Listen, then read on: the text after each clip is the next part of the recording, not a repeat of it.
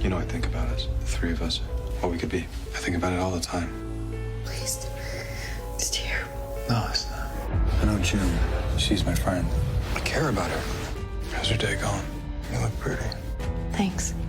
I wore it just for you. Her father's a driver named Nick. He helped me to survive. Yes, you can, because I can't lose you. I'm not gonna let anything happen to you. What about you? Your girlfriend is a badass. Welcome to Above the Garage, a Nick and June, the Handmaid's Tale podcast. Hi, friends. Welcome to our spoiler-free analysis of Season 2, Episode 13 of The Handmaid's Tale, the Season 2 finale called The Word. Let's do a round of introductions and dive in. Hi, I'm Sarah. Hi, I'm Claudia. Hi, I'm Marigold. Hi, I'm Tina. And I'm Kate. So, the last episode, obviously, Eden died for love, and it's so sad in the beginning of this episode when they're hanging her clothes on the clothesline outside, and June's voiceover says, "This is all she leaves behind. There won't be a marker anywhere. Heretics don't get to rest in peace. Here they use them as animal feed. Aunt Lydia told us that at the Red Center. Waste not, want not. All we leave behind is the uniform, wife, handmaid, Martha, mother, daughter, girlfriend, queen, bitch, criminal, sinner, heretic, prisoner." So I guess the handmaids are redeeming themselves from their sinning through handmaidery. Do they get? No, they get markers because we saw that in the beginning or in the middle of this season. Turning her into animal feed is just very upsetting. But I would assume that's only the handmaids that die, like Who are heretics? well, the ones that died earlier in the season, they died in a bombing. I would assume if a handmaid died because she got hung because she was having an affair, she would also just be turned into animal feed. Mm-hmm. For sure. Are we sure that this is we have to take this literally? Because I was so horrified at the sentence that they use as animal feed. Yeah, no, I wouldn't put it past them literally turning them into animal feed at all. But yeah, it threw me off just because her speech went into like handmaids, Martha, et cetera, et cetera. But I guess it's just those that sinned are not given markers. No, I think it's about the uniform when she lifts the people, right? Mm-hmm. It's all that they left behind. So Gotcha. even if they get a marker. Gotcha. And then Rita and June are packing her clothes in a suitcase, and June asks if she thinks that Eden sewed them herself, and Rita says probably, and she says she was a child and I treated her like shit. And June says, well, I slept with her husband.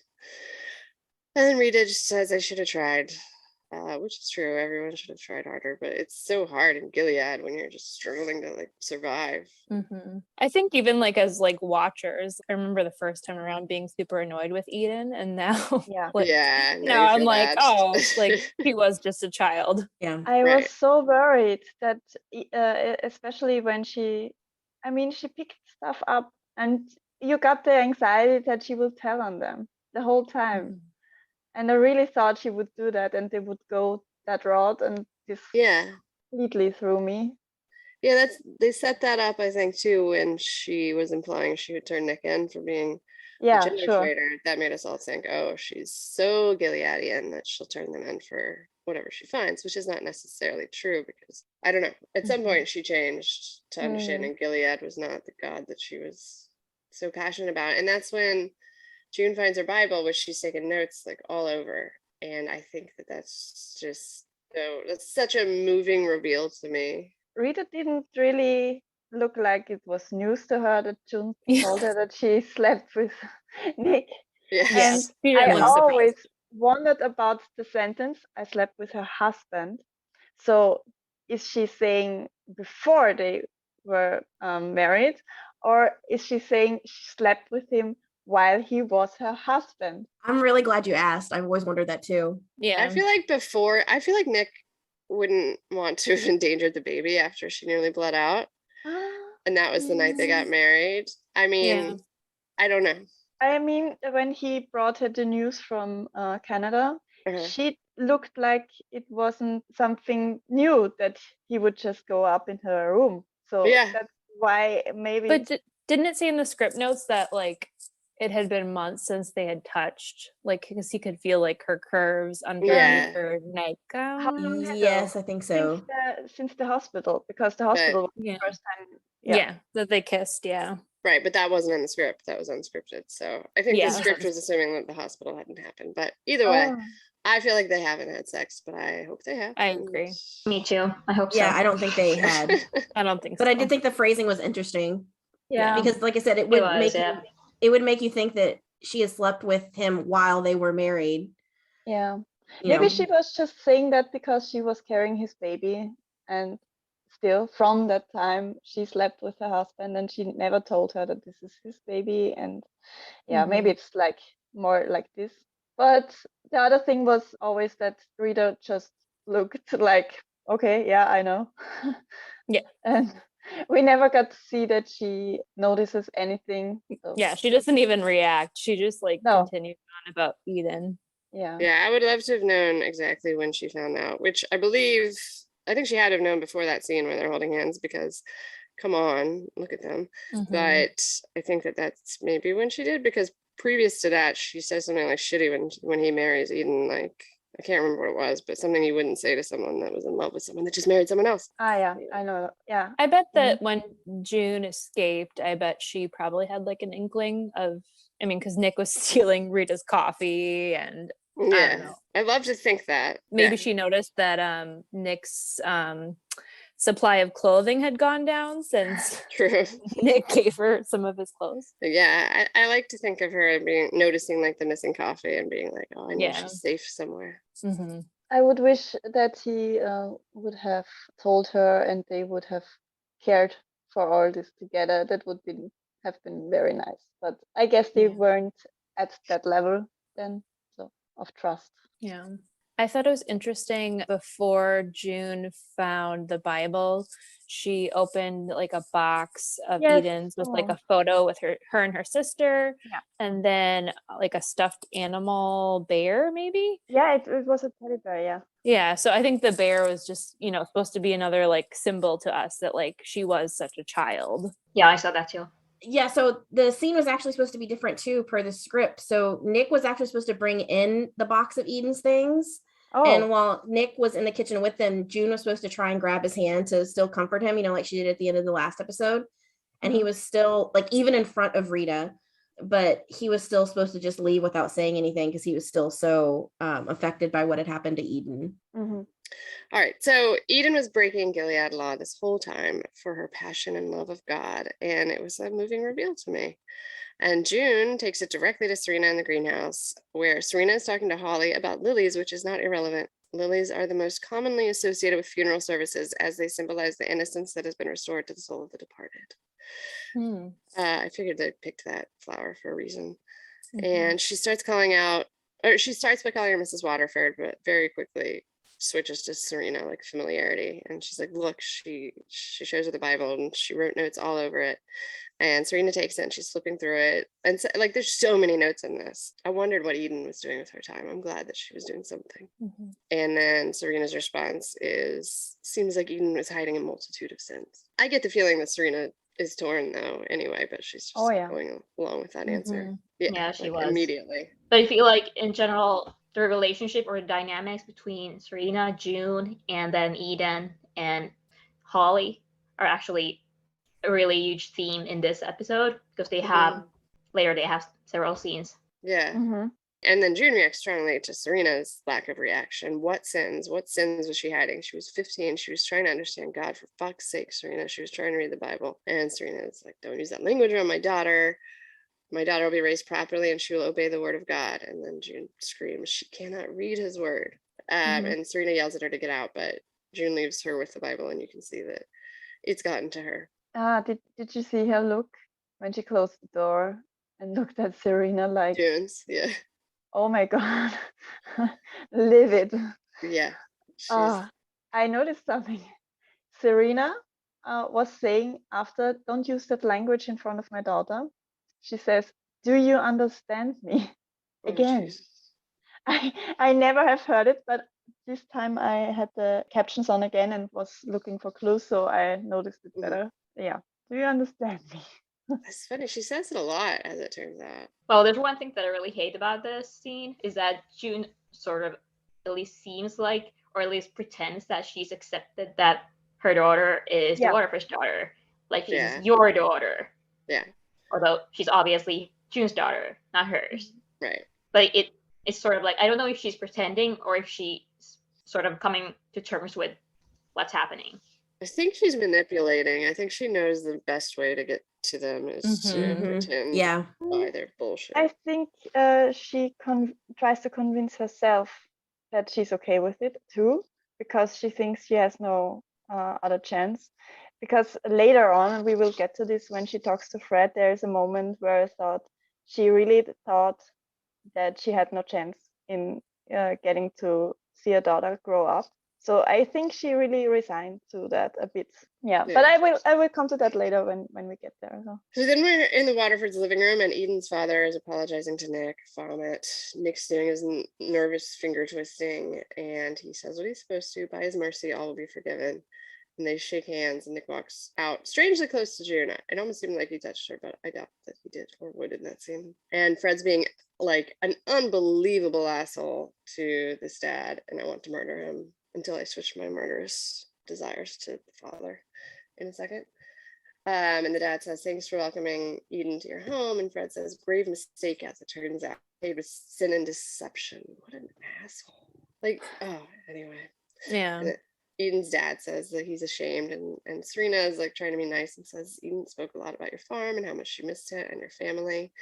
And it's even more baffling when the dad says that, like, what he did, when the dad says she was the light of my life. And Serena said she had a kind heart. Then Fred asks if she has another daughter, and the dad says yes. Fred says make sure she learns from Eden. And that's when it's just like the worst moment ever. The dad says yes, she was home when Eden arrived with the boy, and we called the authorities immediately. And I love that June is horrified enough to speak out of turn. You turned her in? And Fred is like thrilled, like, oh, that kind of faith is rare indeed. It reflects well upon your family. And Serena has the sense to be horrified like June is. But like, what the fuck? Like, immediately too. I mean, it doesn't matter. Calling them at all is insane. But just the whole having such shitty parents is the saddest thing. Yeah, because if your parents aren't going to protect you in Gilead, what hope do you have at all? None. And it's heartbreaking to find that out for her, right? She went to the farm because she believed that her parents would protect her and that her family loved her. And no, they love Gilead more than you. Yeah, and Serena was really, I think that moment really hit on her, because even before he says that they turned her in, the moment he says he has another daughter, I think she's reminded of the fact that he will have to marry off another daughter to another commander that is probably not Nick, and a shitty one that will rape her constantly. And I think, I mean, she was thrilled with Nick's and Eden's wedding back then, but she didn't have the baby at the time. I think it really changed things for her.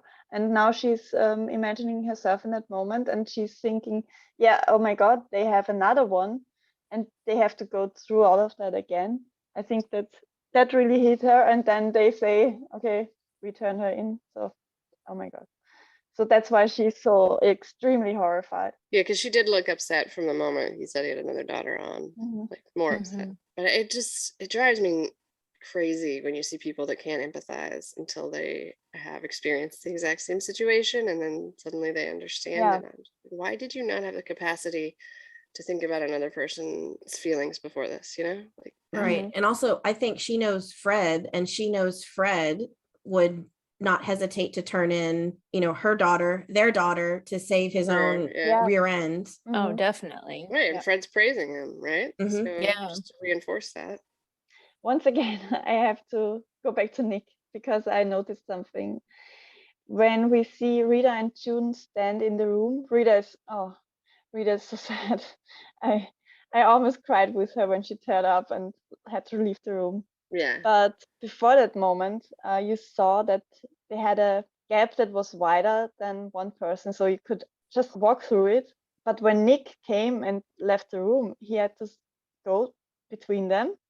And it looked like he was purposely going closer to June. Yeah. Because he almost, it looked like he had to squeeze through, but the gap was big enough, so he could have just wouldn't walked. need to. Yeah. Right. And he turns his whole body to her when he passes her, and he even stalls a bit.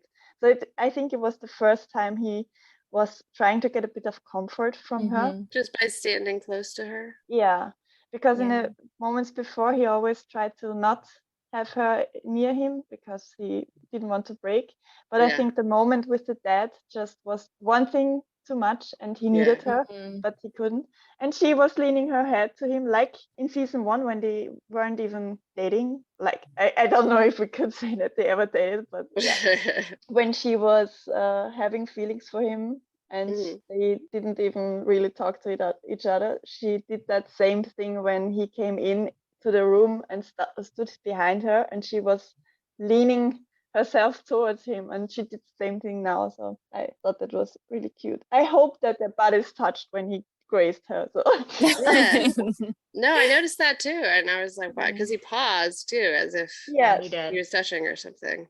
I don't know. It was kind of sweet. One thing that I really like too with this scene is that we get to see the contrast between Nick and Fred. Really, Eden supposedly sinned against Nick. It wasn't Fred. And Nick is so forgiving, and obviously how could he not be? And then, Fred just lays it on Eden's dad with guilt, and it's just a cool dichotomy of like how different Nick and Fred are. A good guy and a bad guy are. Yeah, I like that too. It's as if Eden had cheated on Fred. Yeah. But Nick is even going that far that he puts the whole blame on himself, right? So yeah, I mean, like he said, by his mercy all will be forgiven. Like that's the most Gilead way of saying like you're forgiven, like it's not her fault, it's not your fault. Yeah, he couldn't say it's his fault, but I think he would have wanted to. Of course he feels like it's his fault. We see that, in him rejecting June's hand, and it's so much pain. They're so good at that. The craziest thing too, like you said, Sarah, it feels like, I mean, it's obvious that Fred like actually feels like he was betrayed, right? Yeah. And it's just so nuts with his like cheating on the side and all of that how he can mentally maintain this I don't know, fascinating study in insanity, I guess. Yeah, so then the dad leaves and Fred's walking out, and June asks, "What are you going to do when they come for your daughter?" And it looked like Fred was leaving. Yes. Yeah, and I guess I thought he left, but he shuts the first time, but he shuts the door and he comes back in and he slaps June, telling her to mind her tongue. And June's had enough, and she slaps him back hard. I think that's like such a good slap. Way to go. It is. It was hard, and he grabs her face and pushes her under the couch and says, "The mouth of a woman is a deep pit. He that falls therein will suffer. You are the misery of all men, all of you." So it doesn't even matter that June rebels. He just hates all women anyway. So glad that she does. Surprise. Yeah. Yeah. But it's the first time he raises his hand against June, right? He never, she was a bit defiant before. He rapes her, of course, but we know that. It's horrible enough. But he right, in anger hitting her. I think he accepted her way of talking sometimes. Yeah. Yes. And now he's just snapping. But that's kind of a victory for June, as Rita and June kind of celebrate it. So why do we think that Fred has been so affected apparently by what happened to Eden that he gets so mad at June at this time? Yeah. So what happened to make him like this at this point in time? Why not before? Yeah, I think it's the fact that it's slowly sinking into him that not one of the women in his household are really following his rules. And now June does it again, and it's just because he references it later. Bring me one obedient woman in this household. Yeah. So I think it was like he realizes that he has not the upper hand in this household because he is surrounded by women and no one really truly follows his orders. I think, I agree with that. And I think too, just like in the end with Nick, that I think he is starting to understand that he doesn't feel feelings that he should, maybe. Like, this should be affecting him when she says, "What happens when they come for your daughter?" Yeah. But it doesn't. He really has very empty soul. We haven't seen him really ever bond with the baby. I don't know that he cares though.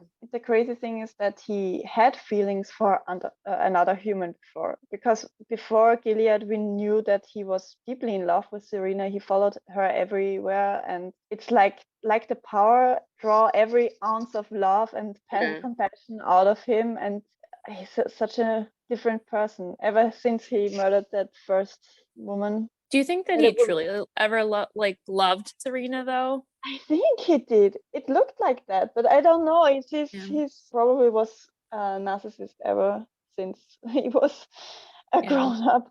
But I think the fact that he truly followed her and wasn't the one calling everything was speaking more that he was really eating her shit up. Yeah. It seemed like it. Yeah, I would say that it seemed like he loved her too. But I guess you could go back to him saying love is just lust with a good marketing campaign. Maybe it was just like the honeymoon period we're seeing that's like lustful. Yeah. I don't know. I just noticed that maybe he hadn't felt true power before, and ever since he got the power, one taste of power changed him. Right. Do you think that he's happier? I mean, I guess he must think he's happier now than when he was happy with Serena. Do you guys think that like he actually is happy with power? No, I don't think so. He's constantly angsty that it all goes away again from him, that it will be taken. Like when you want money because you think money will make you happy, and then when you got that money, you are afraid that it all goes away and you can't afford anything anymore. I think it's the same with power. I don't have both, so have you been there?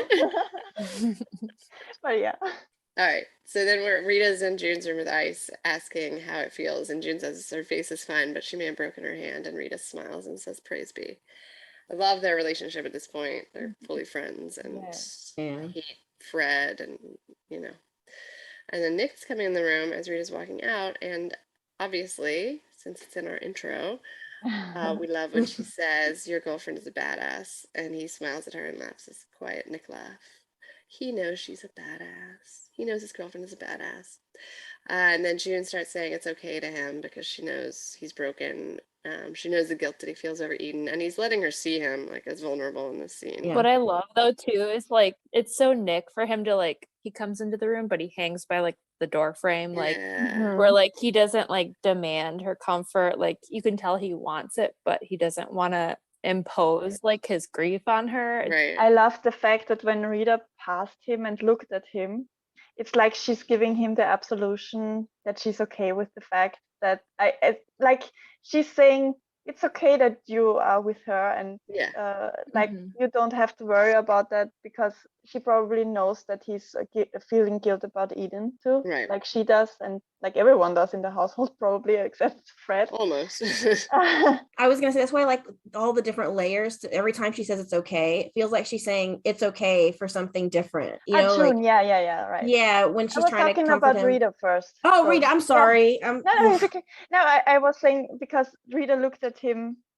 It's the first time since June said that they have a thing, that they are a couple basically, and she looks at him and gives him.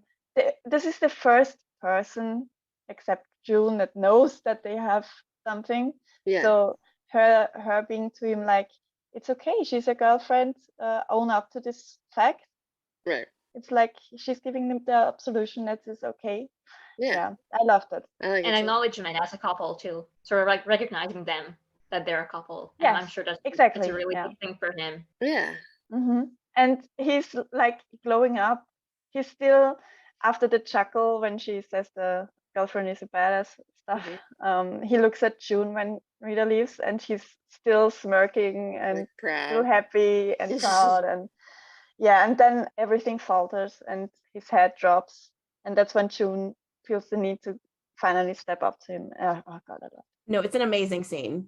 And I think you guys can correct me if I'm wrong, but I believe this is one of the first times, and maybe the first time, that June comforts Nick, which is very significant. You know, it's always she's going to him and he's comforting her. But this is now her seeing that he is hurting. And, you know, even though he has come to the room to comfort her, she is going to go and give him the comfort that he needs in that moment, which I think just speaks volumes for the progression of their relationship over these 2 seasons. It's so beautiful. It's such a beautiful, touching moment between these two. And I just love it so much. Do you think that he went there to comfort her? Do you think he even knows about her I think so. lap. Yeah. I think Yeah. it's another thing to his guilt. He feels like now his love got hurt because of the fact, I mean, he always knows that she's a prisoner and he's like a bit of a guardian, and yeah. But she just was assaulted and he couldn't help her above on all the shit that happened before. And then probably he thinks about the fact that he can't be with his baby too because she just cried. I mean, I think it feels like everything just drops on him once again. Have you guys noticed, like, after she reaches up and touches his face, you almost see like his shoulders seem very tense, and when she touches his face, his shoulders drop, and like his whole body, like he loses he loses all of his tension. It's so beautiful, all the little things. Yeah, he has tears in his eyes again. Yeah. Oh my god, I don't know how Max does it, but it's always within a second. He looks normal, and then suddenly his eyes are flooding. Yeah. And then they hear the baby crying, and June has a brilliant idea. And she takes Nick's hand and brings him to the nursery. And when Rita sees them, she understands immediately and hands the baby to June, and then watches through the crack as June teaches Nick how to hold his baby daughter. And it's super sweet. And Rita smiles, and then the smile turns into like, she looks resolved as she closes the doors. But we get to stay and watch the sweetest scene ever as June introduces Nick to his daughter, and he's like crying for a happy reason now, and she says, look what we made, and he's totally overwhelmed, and then she kisses him on the cheek and finally tells him she loves him. He's told her that twice that we've seen, and she hasn't let herself say it back yet. I think the timing of each was bad. But I think it's clear that she's felt it for a really long time, but now she's all in, and they have their sweet family moment, and Nick tries to bring the baby even closer. I love that afterwards, after she says I love you, and he like pulls her in closer, like they can't be close enough as a family.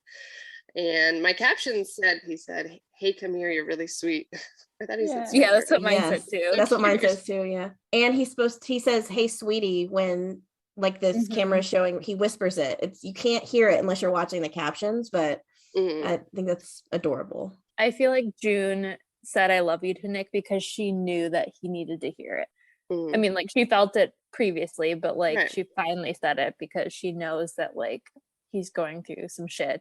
Yeah. And I also, whenever we do our rewatches and like the episode title, I know the word is, referring to the Bible, but then I also thought maybe it was referring to the word love. Yeah. I know that's a little cheesy, but no, I like that. And there's always multiple meanings. Yeah, right.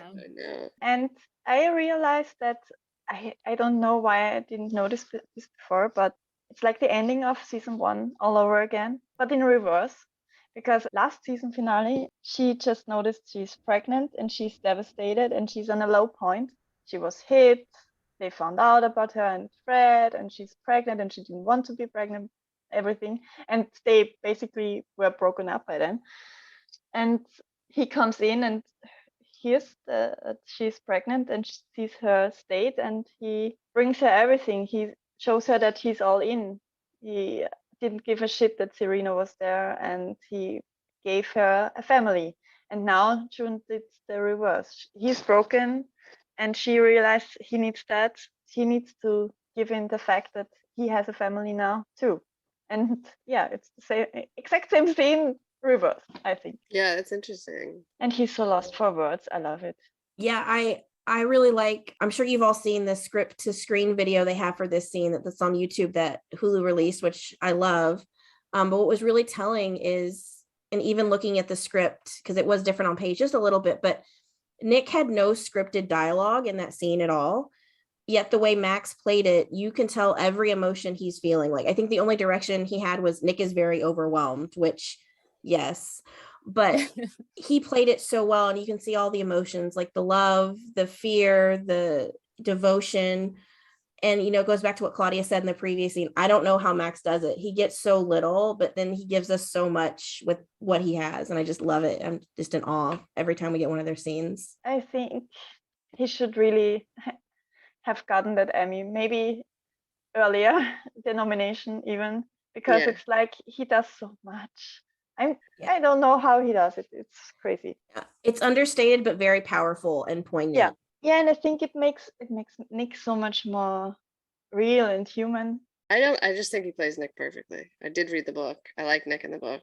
I love Nick in the show. Yeah. So then June and Janine and Emily are walking to the wall where Eden and Isaac are hanging. Super sad. And Janine's giving June shit for being negative. June says they drowned her in a swimming pool. And Janine counters back, they died for love. And then she's telling them how she found the Bible in their room, and they can all agree that she was brave. Then it's her and Emily talking about her first ceremony coming up tonight with Commander Lawrence. And June tells her she'll get through it. Just imagine the commander falling into a wood chipper or something. And Janine objects, saying that's awful. Come on, Janine. And then Emily tells June she's been dreaming about Oliver. It's his 7th birthday next week. And that's one of my favorite. I don't even know how to say the word. Is it GIF or GIF? I can never remember. GIF? I say GIF, but I'm not from another country. So I say GIF. I think Okay. it's GIF, but officially it's GIF, but I don't like that. So okay, maybe that's like I Yeah. definitely got conflicting information, but I think that I reject that information, like you said, Yes. because it's just too weird to say it like that. Yeah. Okay, it's gifts then. We're saying gifts. Anyway, it's one of my favorite gifts when June says, well, we should celebrate. And Janine reminisces on how much she misses tequila. And Emily gets mushy and tells June she's so glad she got to see her again. And then later you realize this is kind of a goodbye for them, or at least a goodbye walking by dead people. I was thinking when they walked up to the wall that I didn't get the feeling in the earlier season. I don't know why, but it's like the wall is a roadside attraction for them, right? It's really fucked, but it's like they are looking at the wall's latest exhibits right there. True. Eden and Isaac, and everybody's looking, even the masters, everyone goes there and takes a look, and then they go their ways again. And that's absolutely true. And it's really horrifying. Like they're like, let's go walk by the wall in the first season, right? Right. Hanging there today. Yeah, actually, I hadn't really thought about that before. But you see the Marthas down there looking. Yeah. Ugh. And they go up and look down from up the different angles above this time, and then we go downstairs. But no, they don't look at them when they go down. They just walk away. Right. So, it's more personal, I would think. Sure. But that's pretty fucked up and desensitized. Yeah. I guess sort of hear the same attitude when they start talking about the ceremony that Emily's supposed to go through with Lawrence. June's like sort of like like you're talking about dentist appointment. Yeah, you're right. Normal. It's great. It was crazy. Yeah, you'll be fine. It literally like a dentist appointment. Good point, Sarah. Yeah, doesn't one go like, oh, I hate the first one? Like it's yeah. Oh my god. You should hate all of them. Yeah. And then it occurred me that who is the fourth handmaid? It's the first thing. I don't know. I was gonna ask. I think it's Dolores, but I'm not quite sure. I think she looked like Dolores. Maybe she was it, maybe not. But then I realized who's walking partner, because I mean Emily couldn't be June's walking partner now, and so is the one that we don't know her walking partner, and Emily and Janine are now walking partners. It's like I thought June and Janine were, because what was it, a couple episodes ago when they were walking on the bridge. Yeah, when Isaac and then I realized, wasn't Lawrence supposed to be in another district, or is it in the same district? Because I always thought he's in another, and now I thought then she wouldn't go to the wall there, right? Yeah, they must be in the same, or maybe there's like, maybe the districts are small. I don't know. Yeah, maybe. I don't think that was Dolores though. I feel like she looked a lot different. Maybe I think the wings are throw it off, hiding a lot of them. Right. Yeah. Let's call her Dolores. Oh, and I think because Emily said, I'm glad I got to come back here. I'm glad I got to see you again, June. I think that Emily planned her assault right then and there, or even before that, because it's like she's saying goodbye, right?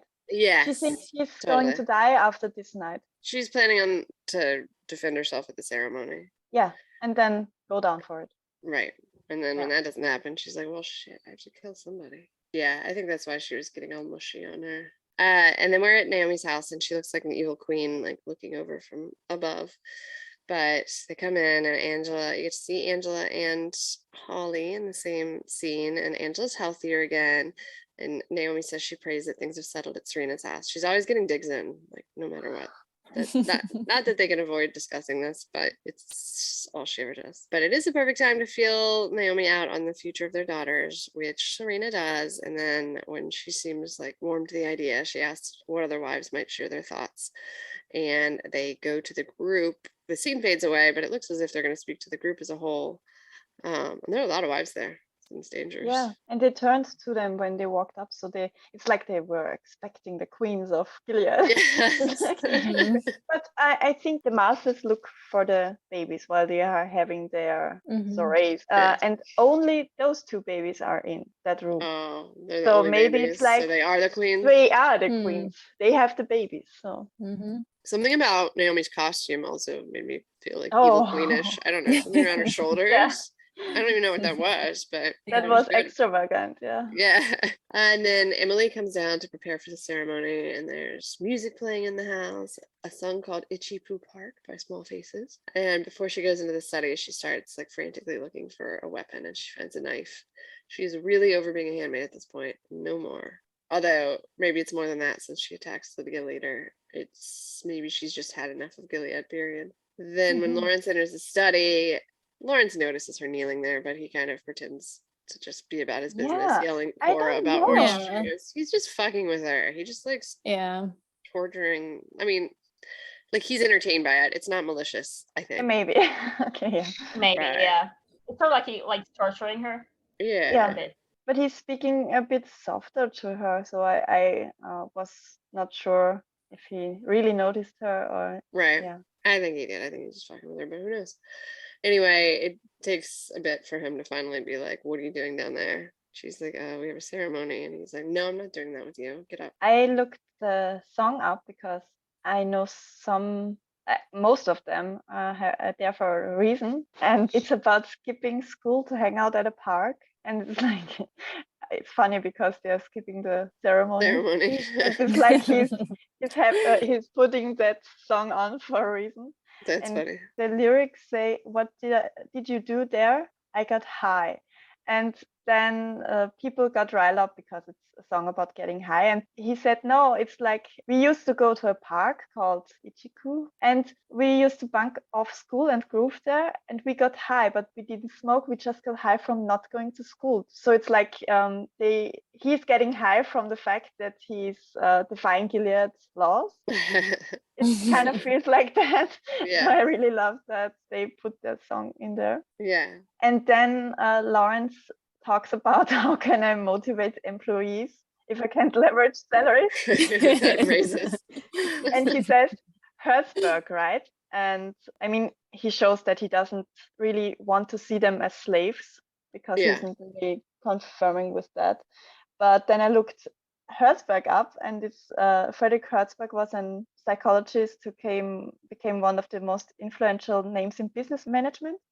And he did the motivator hygiene theory, the two-factor theory of job satisfaction. How do you motivate employees?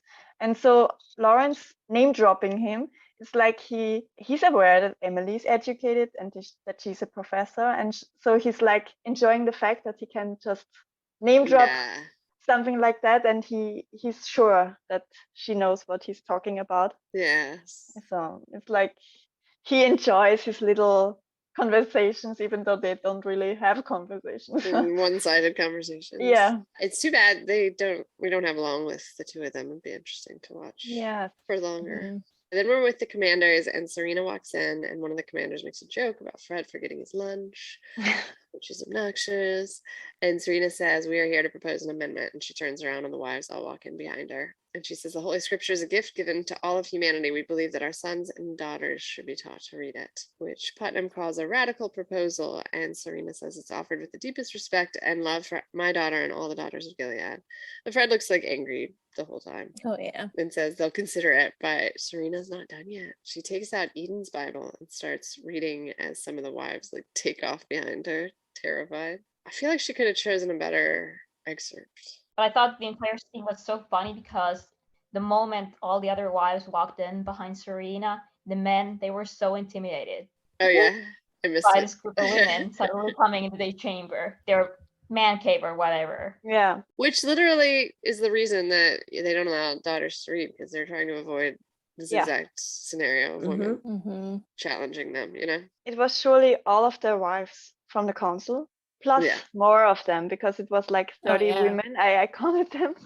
30 women came in, and the council is like, what did we say? Nine? Yeah, 9, I think. Yeah, along those lines. But I realized that behind the women on the other side, there was a whole crowd of men, most likely other commanders. They are not on the council, but they still get to sit in the Okay. council meeting, Oh, I didn't know that. maybe to hear the things and to spread the word. I don't know, but it's like they are the crowd to Huh. listen. I missed Yeah. that entirely. Yeah, I didn't see that Noting either. it. I didn't either. But I noticed that I think that Serena wouldn't have read the Bible if she would have noticed that they really took her seriously. But Fred is like, yeah, we will certainly discuss the issue. And she Yeah. looks at him like, I see your bullshit and I Yeah. call you out. And then she opened the Bible. So that was kind of funny because it's Uh-huh. like, it was like a standoff between those two, right? Yeah. Yes. But they walk out, and after they leave, Naomi tells Serena she shouldn't have done that. And Serena says, be bold and mighty forces will come to your aid. William Basil King, a Canadian minister, said that. And Fred comes out and he thanks the women for the interest in their work, making it like to me like as condescending as he can, right? And basically dismisses them. And Serena stays behind and tells them, I did this to set an example for our daughter. And Fred says, and so you have, right before they take her away. And she's screaming. Ah, he's the worst. Yeah, but there is that small moment where Naomi was trying to look educated when she says, oh, it's good. Yeah. Oh yeah, good. That was funny. Yeah. I also kind of like that Serena thought Fred would do anything. Yeah. But, coming up later in the episode, he's going to tell June that he has power. He's a high ranking commander. Yeah. So he I could let her noticed that. stay in the house if she Mhm. wanted, right? If he wants. Mhm. So to me, that says he could have had the power to stop what happened to Serena. Oh, definitely. And he chose not to because she made him look bad. She came and Yeah. it's his wife that's, misbehaving in front of all of his friends and made him look bad. So even if, they had said, well, do you want to show some leniency? I think he probably was like, no, let's go ahead and give her the punishment she's supposed to have for this. Mhm. Yeah. Because he's He just a wanted to- cruel yeah. power. Yeah, he Mhm. wants that power. He wants to keep, Yeah. it's like the Eden thing when he was praising her father for turning her in, he's doing the thing. He should be protecting his wife, but he's not. He's doing what Gilead says he should do, which is enforce his punishment on her. Yeah, he's putting her back into her place, I guess, too. Not even just in Gilead, but in their household too, because she's like acting up again and again and again, and now he's like fed up and says, okay, punish her because she needs a beating. I don't know. I guess he thought that the beating was enough that he already gave her. I think that Fred secretly, or maybe not so secretly, likes that Serena and June are powerful because when he can dominate them, like it gives him even more of like an ego boost. Sure, yes. Yeah. Mhm. I agree. Plus, Gilead's a very boring place, so Mm-hmm. I think he probably enjoys these, but he didn't like being embarrassed. No. And then Lydia's visiting Emily, and she's delighted that the ceremony went so splendidly. And I was surprised because when Emily doesn't answer to off Joseph right away, I was surprised Lydia calls her Emily like 2 seconds later to get through to her. And she's alternating between telling her to be appreciative and calling her perverse and degenerative. But it's when she says, it's like I cut out your tongue, referencing removing her clit, that Emily decides she's had enough. And she attacks. She stabs her in the back and she hits her. She knocks her down the stairs and she goes down after her and keeps kicking her. She definitely wants her dead. And I'm here for it because Aunt Lydia deserves it. Do you think that if Cora hadn't intervened, do you think Emily would have finished it? Yeah. Yeah. I think so. Emily already killed 2 people by then, so she doesn't have that barrier probably anymore. Right. That's true. That we have, yeah. Yeah, she's totally suicidal. And this time I watched her reactions a bit more, and Lydia was leaning towards the bed and taking her coat off and cleaning a bit because she wasn't happy with the fact that the coat was lying there, I guess. And Emily looks a little freaked when Lydia grabs the coat, and I wondered. And then later she takes out the knife under the blanket that lies directly under the coat.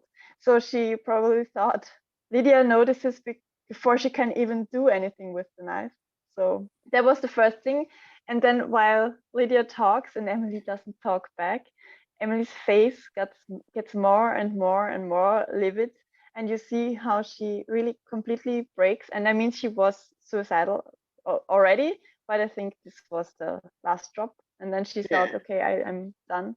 But the moment when Cora puts her back into the room and she's alone, and then she's totally happy and like a maniac, laughing and crying at the same time, and then she gets panic.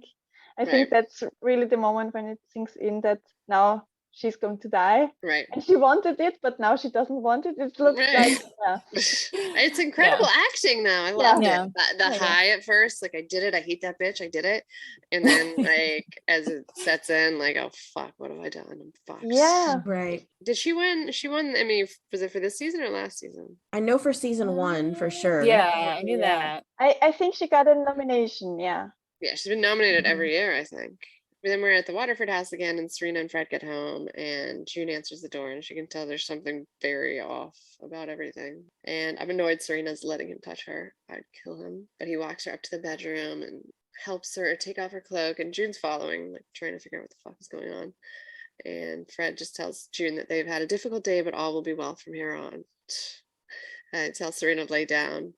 And he puts a wedding ring on the table, which I'm assuming it's hers, but it looks so wide. It looks so much like a man's wedding ring to me. Either way, it's appropriate, as he definitely betrayed his marital vows when he did this to her. And he says he will go make her tea and leaves the room. And June shuts the door and sits next to Serena and says what happened. And Serena slowly unwraps her hand and holds up to June to see where her pinky, or half of her pinky, has been removed. And she says, I tried. And I love the scene. And like, Yvonne Strahovski is fucking amazing, because I spend more than half of my time desperately wanting Serena to die a painful, slow death. And then there's moments like these where I'm like, oh, this is so sweet. Like, not sweet, but I don't know. This is a moment that's something good. I feel like, do you guys think that, like, I feel like this is the first true moment that Serena was like really vulnerable with June? Because I was like trying to think before. Like, it's obviously she was beaten before, but she locked her out then when June tried she locked to her out. Yeah. So this time she lets her, and she puts her hand on her. Yeah. They have a legitimate moment, and then you really feel for her there. Because she really tried this time. It's like not. I mean, of course, she only does it after she has the baby and kind of call her own, and she thinks of her future. And before that, she didn't care shit about anybody. But at least now she tried, and she really tried. And yeah, I felt for her, even though I hated her guts still, because I mean, the rape. And I was surprised that she didn't blame June for what happened to her. Yeah. In some twisted way. Yeah. And then June goes down to the kitchen where Fred's being completely worthless as usual. Can't even make a cup of tea. Well, he managed. She showed him where it was. Yeah, right.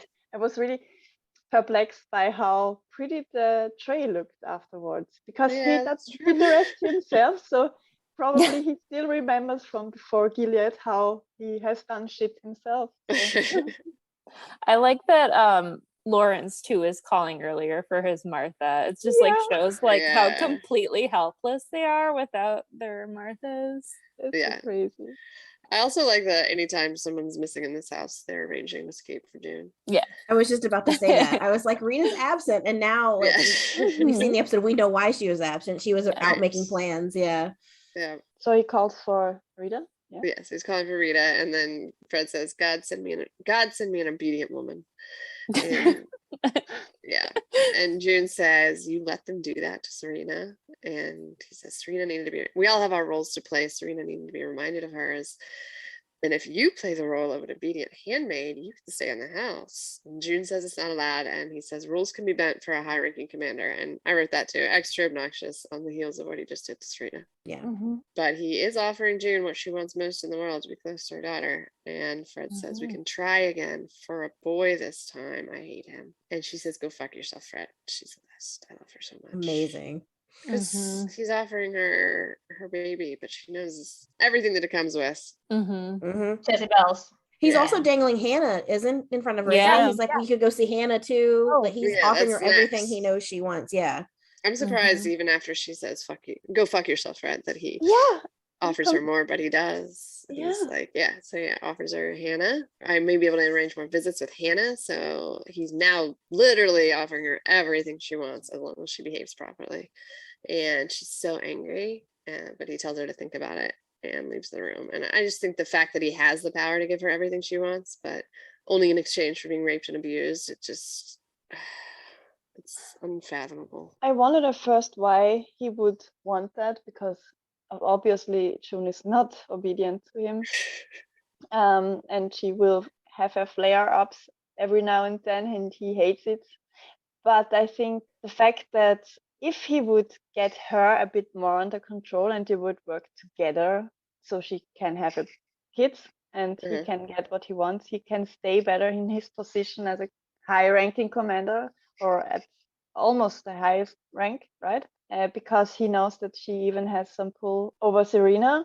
And if June feels better, then probably Rita will behave more. So he knows that everything is linked to June, and when he gets her to be a good girl, then everyone will follow and keep his position. It's all about his position. It's not for a boy. It's about him keeping the position, because every time his household falls apart, he gets punished as well, right? Right. But I feel like most of that's June's fault. I think he likes how June intellectually like stimulates him almost. Like she goes head to head with him very well. I think he likes the push, the back and forth with her a lot. Yeah. And she's a thing that he has not tamed. I think that he actually likes that. Yeah. And this is the moment that I was referring to at first, because here you can see that June gets that glimmer of hope that she can stay with Holly. And it looked like she has really closed that bridge before. So now he's opening the door for her again. So maybe she can stay, and she thought she never gets to stay. So her reaction was showing me that she really closed off the chapter in her life and really thought that this was it, and she would never get her baby out and get to be with her. Oh God, her face work in this again is like she's suddenly, the change is getting worse and worse and worse. And at the end, it looks like she's barely holding it together. I mean, I actually hadn't thought of this before, believe it or not, but he's even offering her Nick basically on a platter. Yeah. Nick would be there too. Yeah. Yep. But she's strong to not give in to that. And then Lawrence is ushering Emily out of the house like, quickly, and Eleanor, his wife, is upset, and she yells after them, "It was nice knowing you." And in the car, he tells Emily she must be so proud of herself, and turns the music up loud, and it's Walking on Broken Glass by Annie Lennox, which is appropriate. And he's still just fucking with her, I think. And she is crying. She's like sobbing in the back because she thinks she's being taken to her death. I'm quite sure. So Eleanor, she doesn't seem like she's thinking that he's going to kill her off. I think she knew that when he's leading her away, that she won't die, but will get sent somewhere. She's saying, yeah, I didn't get to say goodbye. It was nice knowing you. It's like, normally she was so horrified by what her husband did before, she would yell at him and say, don't kill her, or something like that, but she doesn't. And he's only saying, you don't need to be a part of this. It's like he wants to protect her from the fact that maybe if he goes down for it, maybe she doesn't have to. But of course, we know that if the commander goes down, everyone will.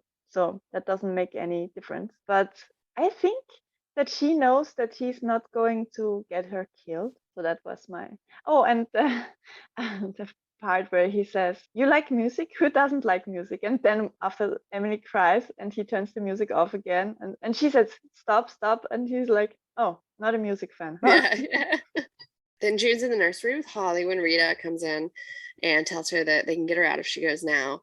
So when she saw the three of them together as a family, and on the heels of what happened to Eden, she clearly resolved to get them out and immediately made it happen. And we see now that there's a house fire outside to create a distraction, and Nick is looking up at the house repeatedly. Like, to me, it seems like he knows what's going on and he's nervous and just looking out for his chance to help further. And June runs to gather her stuff and then decides to stay and carve Tenolite Carborundurum into the wall. Time she should obviously not have wasted, but as this is a television show, I did like the extra touch. Really ties the room together. Yeah. I love that June got to breastfeed her Holly on her own in the room. Yeah. And Serena wasn't even, I mean, maybe she was still crying about her finger. So I don't know. I think she was very heavily medicated on probably. pain medication. But since the night before, June and Nick were in the room totally unbothered. So I think that Serena really doesn't care about Holly in the night, right? I doubt that Serena does any of like the unglamorous parts of motherhood. Yeah, she looked like she does it in the first episode we see her with Holly. Maybe, yeah. Because she didn't give Rita the crying baby, but I think in the night it's just too much for her. Yeah.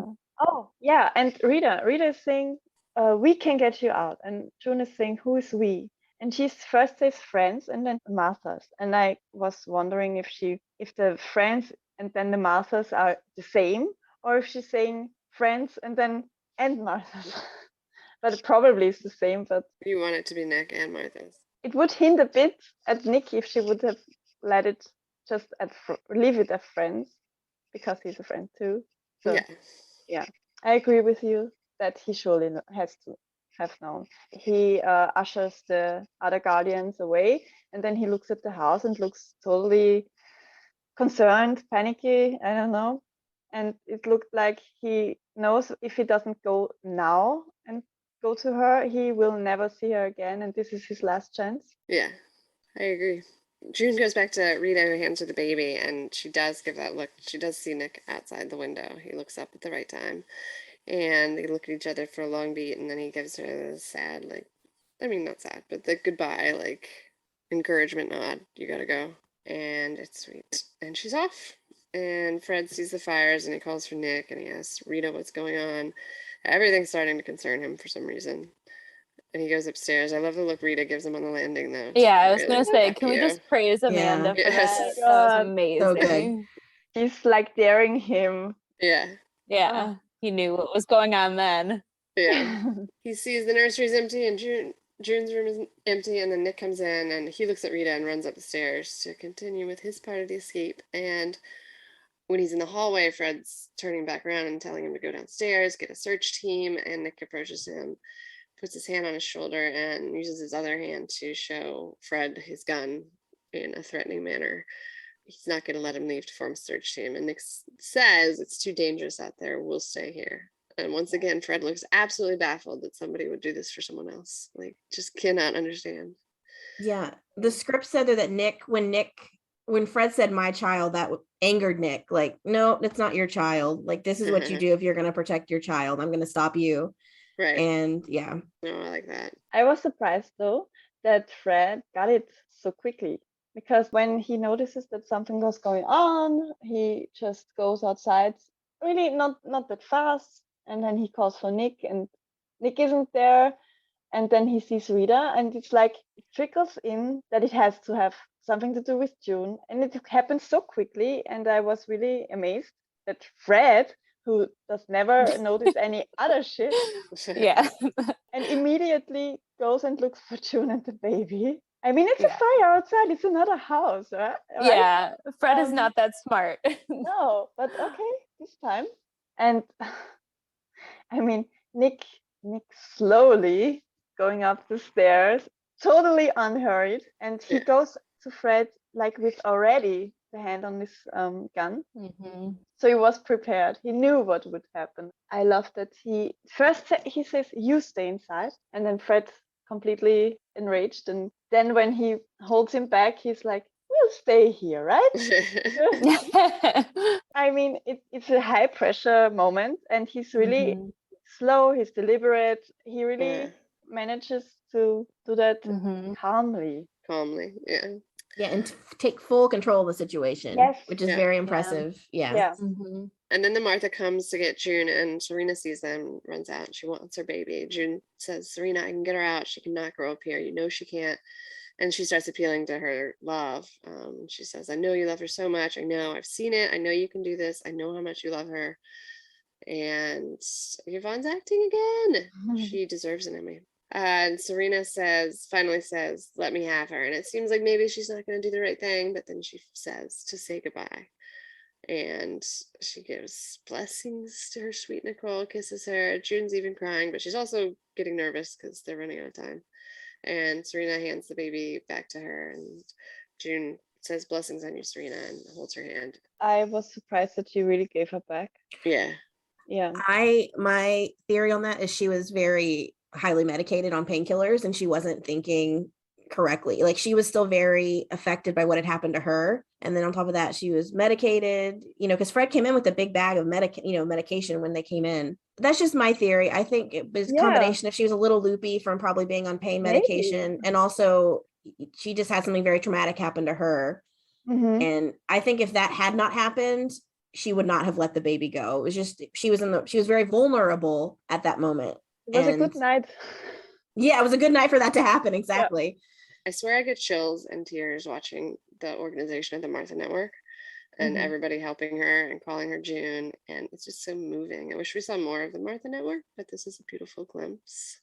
Yeah. They've really got their shit together. There are helicopters searching for her now. I would think that an escape would make a lot more sense in the middle of the night. The helicopters weren't looking for her because I had the same thought, but Fred is still held back. I know. I was wondering, what are the helicopters for? The fire? Because there are 3 or 4 places where there are fires already. That's not just one. There were in the first time we see the fire from above, it was 2 or 3 that I could notice. And later on, when she crosses over the street, then we see another view from above, and we see another fire that was not in the same area than the others before. So they really put there multiple. So I guess the helicopter was there to help say where the fires were and if there were more. Yeah. They're putting a lot into this escape. Yes. And I wonder for who this escape was, because I don't think they can do that in one night. It wasn't Emily at first. Yeah, good point. It's also possible they were looking for the people who set the fires. Yeah, probably, yes. And June's soothing Holly when she seems to get scared that she's lost Hannah's picture and all the running, but she's relieved when she finds it and she starts remembering Hannah. She shows Hannah's picture to Holly, says, this is your sister, isn't she pretty? It's cute because June sort of made fun of Serena earlier for talking to the baby about lilies, but now she's talking to her. And she tells Holly she's going to meet Hannah one day. And then a car pulls up and June sees Emily and Lawrence says Godspeed to her. And June calls out for Emily. And Emily's like, what is happening? This is not what I was expecting. And Lawrence says, well, I'm getting myself in deep shit. And June's like, you're getting out of Gilead. And then as the truck pulls up, Lawrence just keeps yelling things after her. They're all yours. Have a nice life. Keep away from drugs. That's so funny. Excellent advice, Lawrence. And you can just kind of tell June's going to do something dumb. Dumb to me. Agreed. Emily is yelling at her to hurry, but she very slowly, may I add, that drove me nuts, walks to Emily to hand her Holly, tucks the picture of Hannah in and says, call her Nicole for Serena's sake, and tell her I love her. And then the truck speeds off and June pulls her cloak up and walks off. She looks cool. That was my last bit. But I think June already decides to stay back when she's thinking of Hannah and telling Holly that they will meet one day. And she puts the picture into Holly's blanket because she knows she's not going with them. I have to disagree because who's going to take her fucking baby? Yeah, no, but like she can trust Emily, but she can't trust like the driver. He realizes she can't leave. I think she realizes she can't leave in that moment. And but she thinks somebody will bring her out. So maybe she thinks that she can give them the baby so the baby gets out and she doesn't. I don't think she decides it until she sees Emily. Because I thought the same thing when I rewatched it. I thought when she tucked the picture into the blankets, I was like, oh, she's deciding she's staying. Like, this is it. But I hadn't thought about who would have taken the baby. I guess would she just have not gone with the baby too, like which they've just both She stayed. can't do that. No, I agree with Kate. No, but she's after saying that, she kisses her goodbye. She is almost crying. She tucks her in closer and she kisses her multiple times and she hugs her, and it's like she's saying goodbye. But like the first time she escaped, it didn't work. A guardian, like these guys are trying to help her, and they're not going to take the baby because there's multiple stages of escape. She's now been through it and she knows how it works or doesn't work sometimes. I agree. She wants to not leave Hannah at that point, and certainly if she sees the opportunity. That's but what I was about to I say. don't think she knows.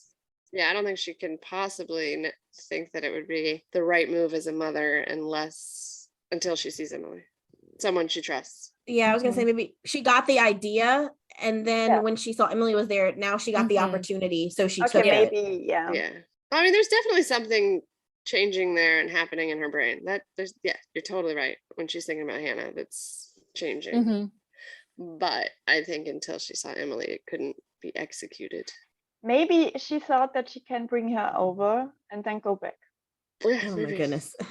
Yeah. Maybe. We know she's crazy. It strikes me something that June would think though. Like drop her off and then I'll run back. Right. Okay, I think that's a wrap on our spoiler-free analysis of season 2, episode 3 of season 2, actually. Season 2 is done. Another season in the books, and 50 plus episodes. So good job, everybody. Come back on Wednesday for our deep dive into this episode. And if you're a Shining Girls fan, come back tomorrow for our discussion of the Shining Girls season finale. Big finale week. Thanks for listening. Bye. Bye. You know, I think about us, the three of us, what we could be. I think about it all the time.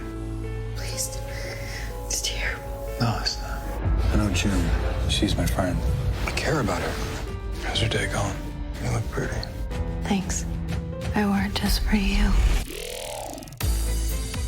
Our father's a driver named Nick. He helped me to survive. Yes, you can, because I can't lose you. I'm not gonna let anything happen to you. What about you? Your girlfriend is a badass.